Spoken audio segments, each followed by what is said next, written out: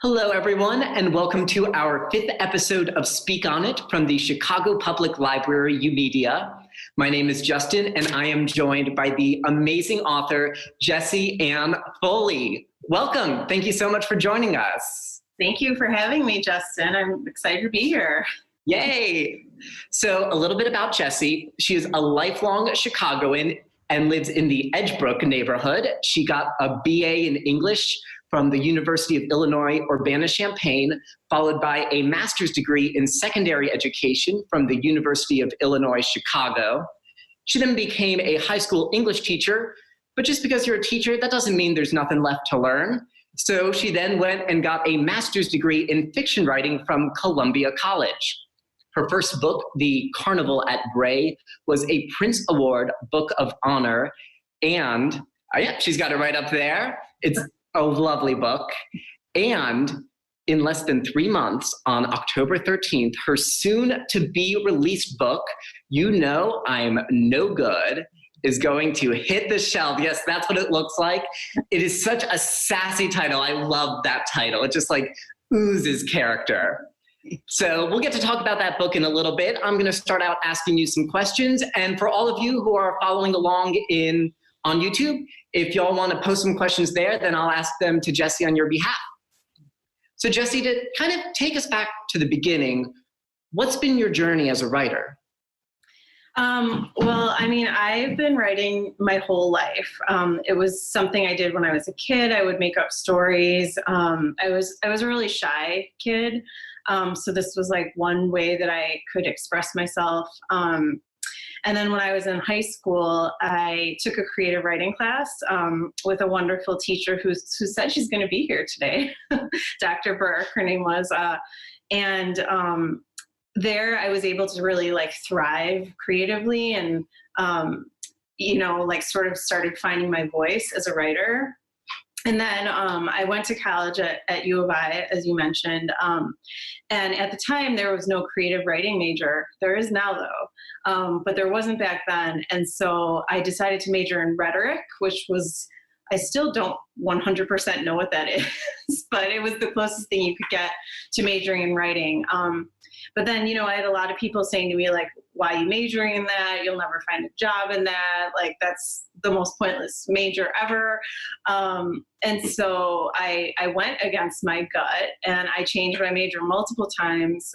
Well, in college, I was in advertising, hated that. I was in journalism, hated that. I was undecided for a while. And then finally, I decided to major in English and become a high school teacher. And so that's what I did. And so I was a high school teacher for 10 years. I loved it, loved teaching. I was just saying to you before, we started, I miss being around kids. But a few years into my teaching years, I just kind of felt that calling still. I really wanted to keep working on my writing. And what I realized is that for me, I wasn't going to take it up from a hobby level unless I did some formal training with it. So that's how I ended up at Columbia College doing an MFA program.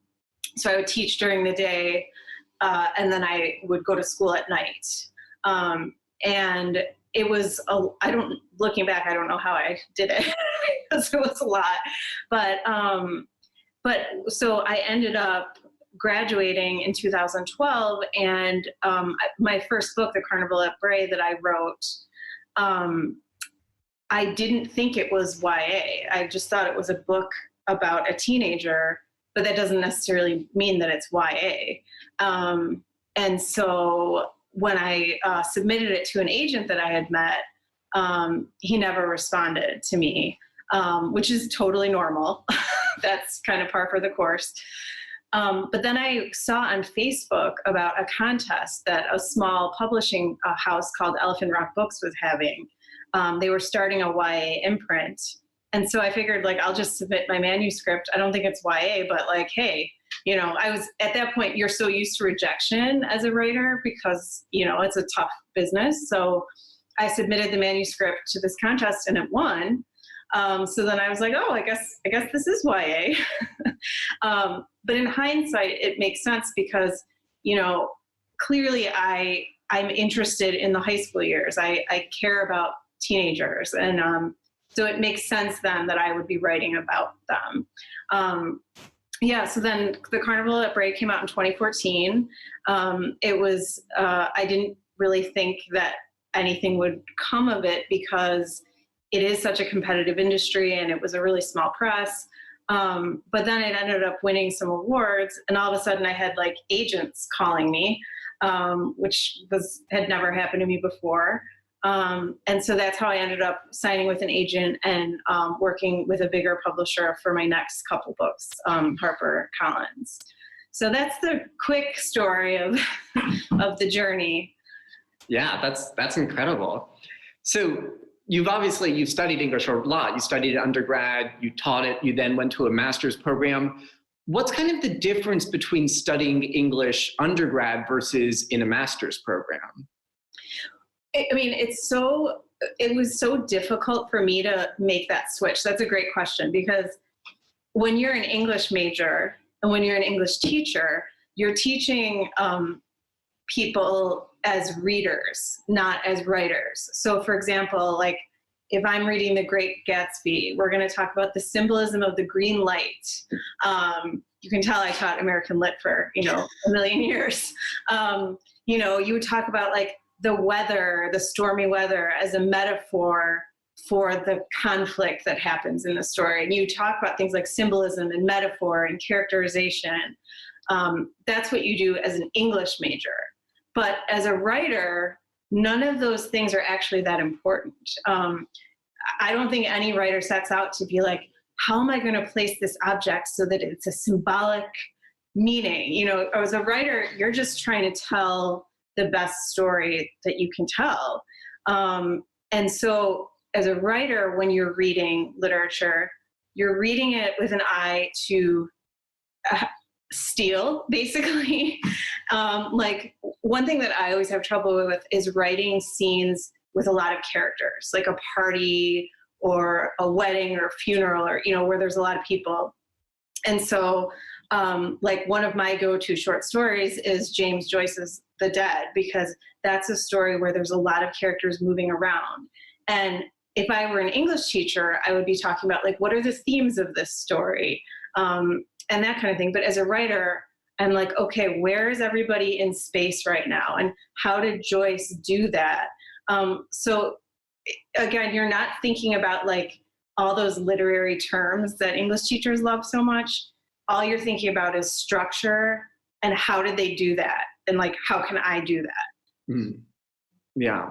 And then, so then after you finished that program and you published Carnival at Bray, you then eventually transitioned from being a teacher to just a full-time writer. What was that transition like? It was weird because, the irony was that I had more time to write, but because I wasn't immersed in a high school every day, I wasn't having the immediacy of like what it's like to be a kid, what it's like to be a teenager and the day-to-day lifestyle. I'm sure we've all read books where it takes place in a high school and you're like, wow, this author has not set foot in a high school since they were in high school, and so like I left teaching in 2014, and just in those 6 years, so much has changed with social media and with phones. I mean, what I taught at Taft High School, which is a CPS high school, and at that time when I left, students weren't allowed to have their phones with them in class, which was a rule that everybody broke. But now you can't even make that a rule anymore because it's just so removed from what life is like today. Well, this is before, COVID, and we were actually in school. But so that's kind of the irony is like, even though I have more time to write, I'm not as close to the world that I'm writing about. And so I have to try that much harder to recreate it. Mm-hmm. Well, I mean, one of the things that I really loved about your books is that the situations in them and the characters in them feel so real and they feel so three-dimensional. So I do think you really pull that off. And even the characters who only get a little bit of page time, like Sister Genevieve in the Carnival at Bray, she felt like such a real person. What tips do you have for creating full-bodied characters? It's funny because everyone has a different process. And a lot of people I know start with characters and then build the story around them. It might be because of my time at Columbia, where we would always play this game called Take a Place. And it totally changed the way I think about building a world. With Take a Place, you would start with a setting. And then you would say, like, okay, what are the close-up sounds in this setting? What are the faraway sounds? What are the smells? What is the quality of light? And you would really like build the place before you even started putting people in it. And when I think about it, some of my favorite books, the setting is a character. Do you know what I'm saying? So for me, with all my books, I would say, I start with a place before I start with characters. And so, like, for example, like you were saying with Carnival at Bray, when I wrote that book, the book takes place in Ireland. I was in Ireland, and I was in a town called Bray. And right when you get off the train, there was this like abandoned carnival right on the edge of the Irish Sea. And I was like, this is kind of a creepy, like cool place. This would be a cool setting for a story. So I just took some pictures and wrote a description of the place without having any idea of what the story was. And then it was only later when I thought, like, okay, well, who would be at a carnival like this? Probably a kid, and probably a lonely kid, because this is such a lonely place. And then I thought, like, okay, well, why is she so lonely? Maybe she's American and her mom has moved her to this new country where she doesn't know anybody. And that sort of began the whole story. So I usually start with a place before I put the people in there and sort of build it out from there. And I definitely see that playing out in You Know I'm No Good also. We have this Red Oak Academy, this really rich place, and then it's then populated with such fascinating people. Could you give us a little bit of a little sneak peek elevator pitch for this book? Yes, I can. This book I've been thinking about for 13 years, literally. Wow. So the book is about a girl named Mia who is a troubled teen. And I say that in quotes. If you read the book, you'll understand why. I'm just not a fan of that label. But she gets in a fight with her stepmother, and her dad and stepmom send her to what's called a therapeutic boarding school, which is in this remote area of Minnesota where there's no Wi-Fi, there's no connection with the outside world. And the whole idea for that, when I was teaching in 2007, I had a freshman class, and one of my students wasn't in school one day, and she wasn't there the next day, and she wasn't there the next day. And finally, I asked her counselor, where is she?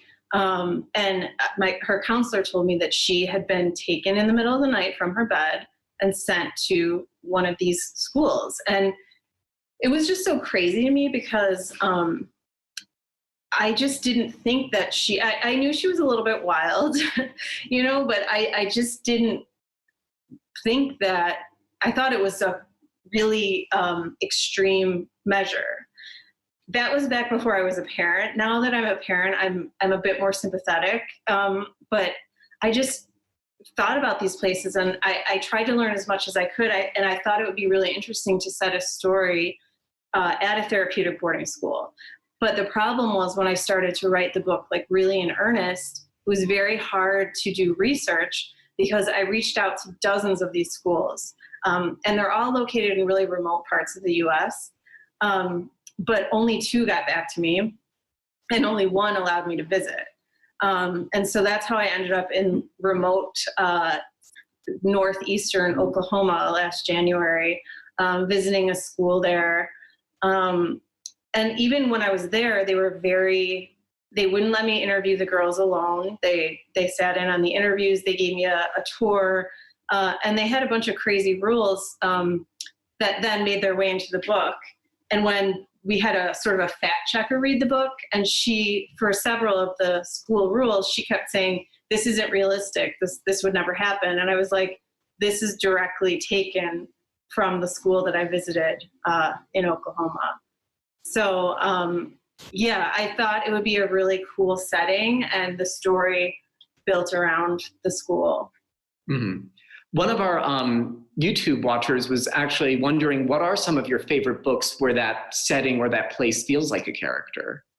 Oh my gosh, well, I can give you two of my most recent favorite stories of it. So the first is Disappearing Earth by Julia Phillips. It was a National Book Award finalist last year. It is one of the most amazing books I've ever read. It's a literary thriller. And it takes place on the Kamchatka Peninsula of Russia, which is so remote that it's 11 time zones, if I remember correctly, from Moscow.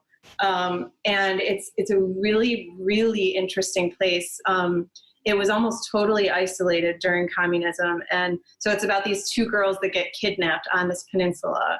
And the story itself is great, but the setting is just fascinating to me because I've never been there and I probably never will.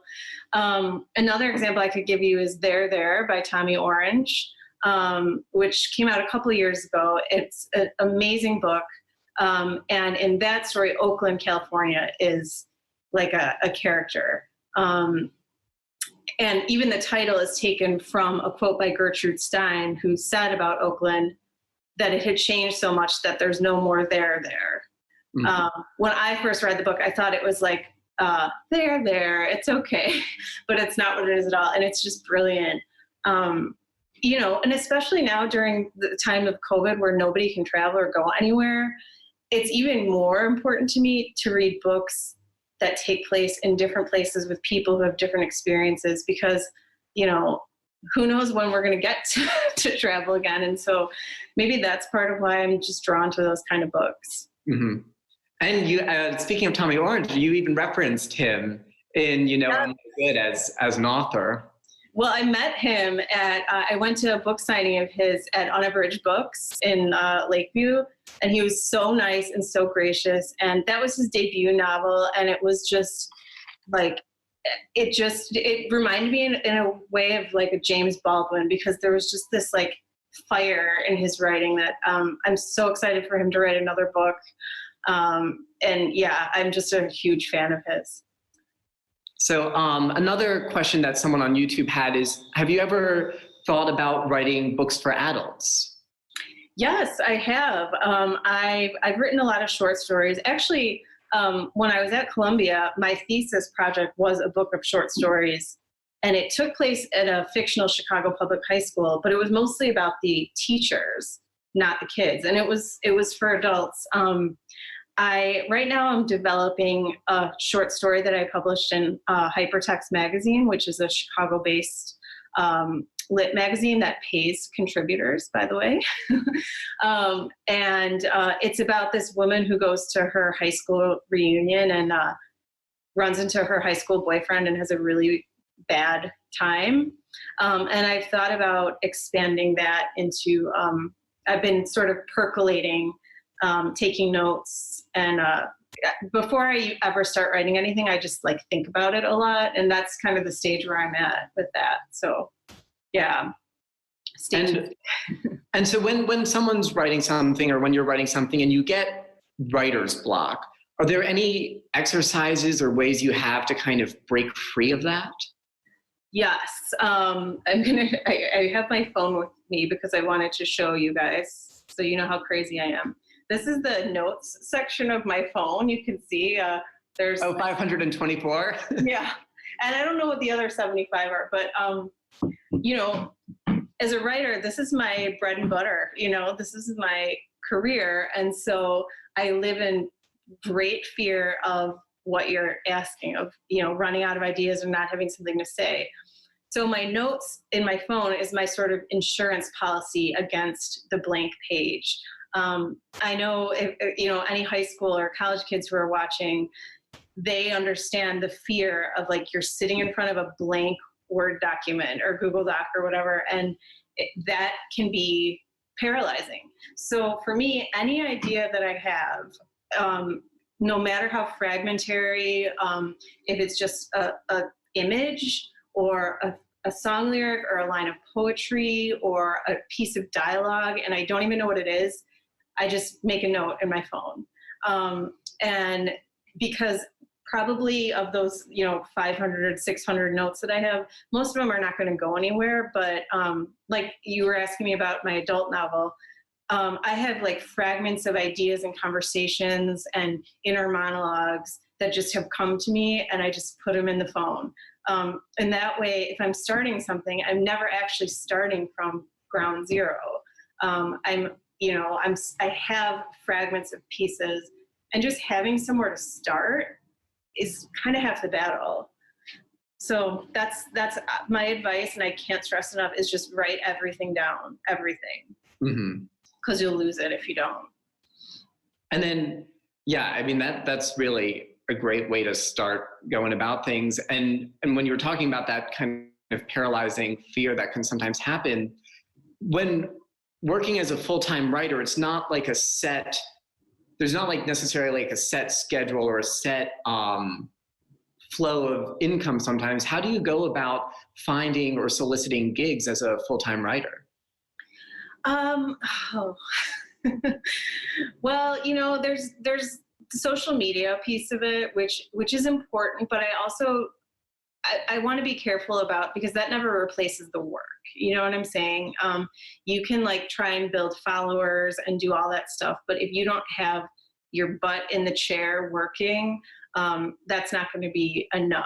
For me, like my new book is coming out in October, and right about now the reviews are starting to come out, and that's a really stressful time, because it's like John Steinbeck said that publishing a book is like standing naked in front of a crowd, and this is the part where you're standing naked in front of the crowd. For me, the best way to deal with that anxiety is to be working on something else, and to think like, okay, that book's done. And now I'm moving on. Now I'm working on something else, and I'm going to try and put my focus on that. I also think it's important not to like box yourself in. So, I'm a YA writer, but I actually have a children's picture book that I wrote with my sister that's going to be coming out.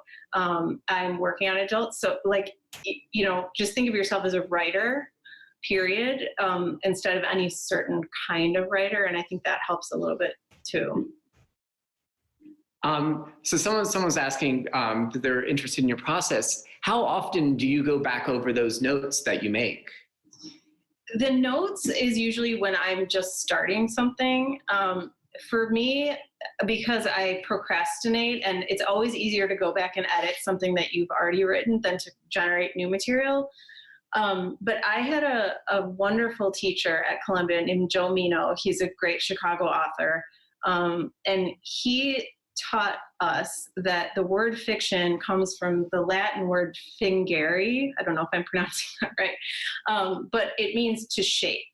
And that was sort of like life-changing for me in terms of my process, because I think a lot of people are afraid to write something because they're afraid it's going to be bad.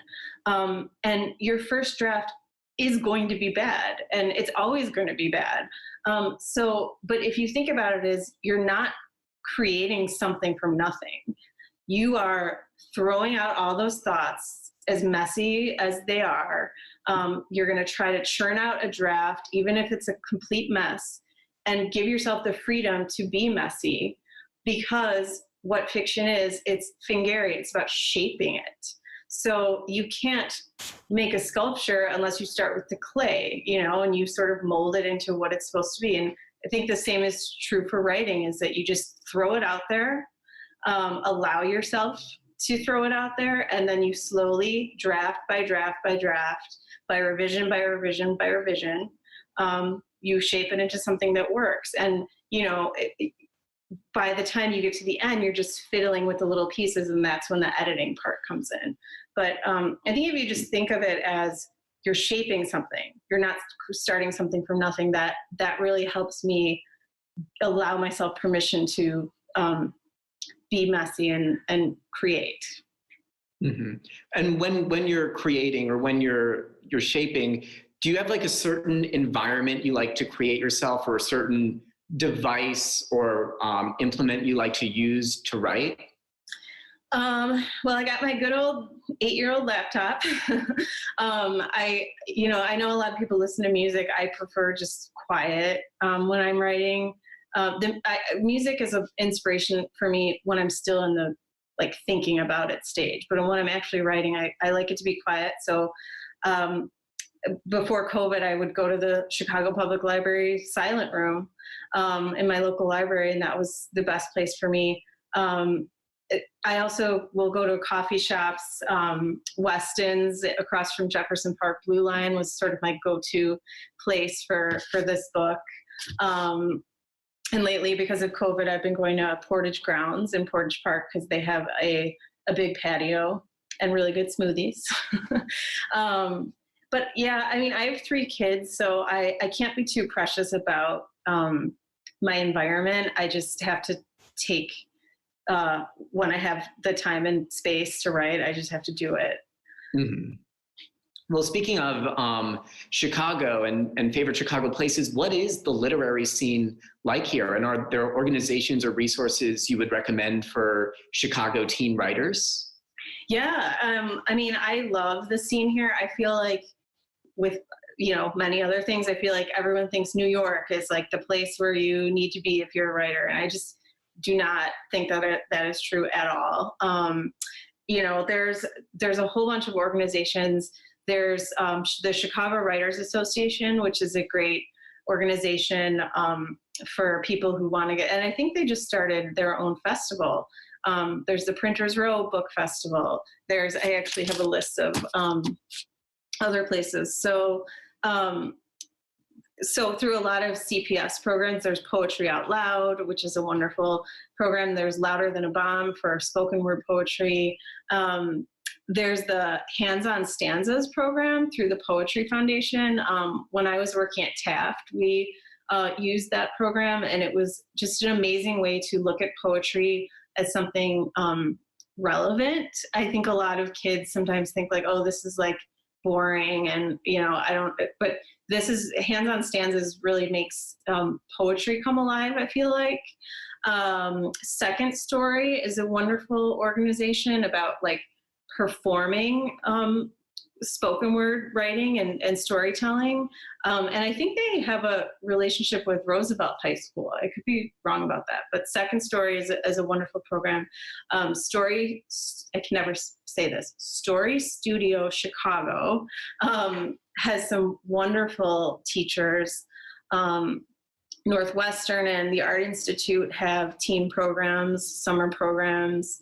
I mentioned Hypertext magazine.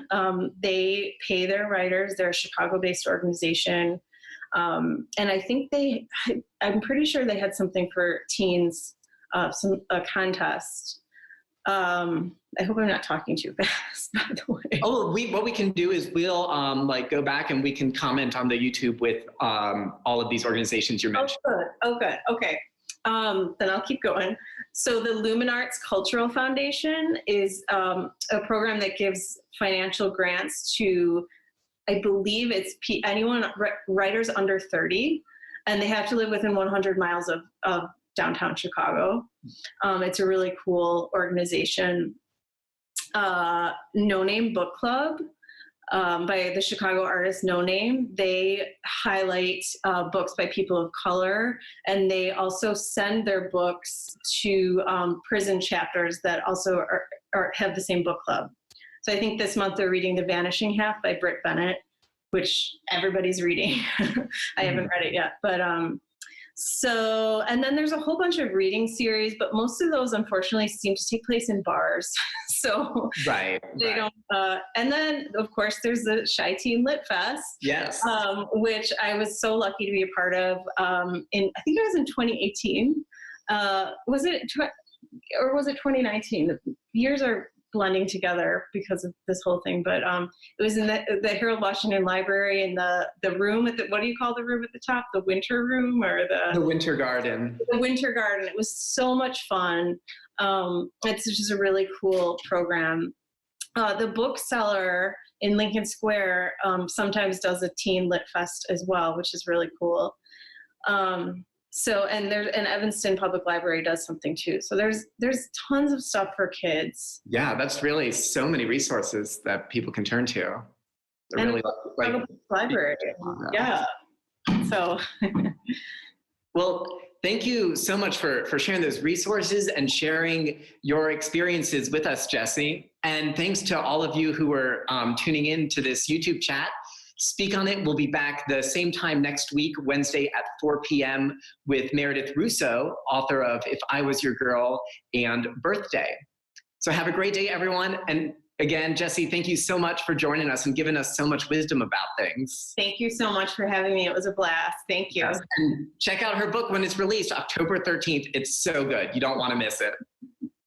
Thank you. Bye, everyone. Bye-bye.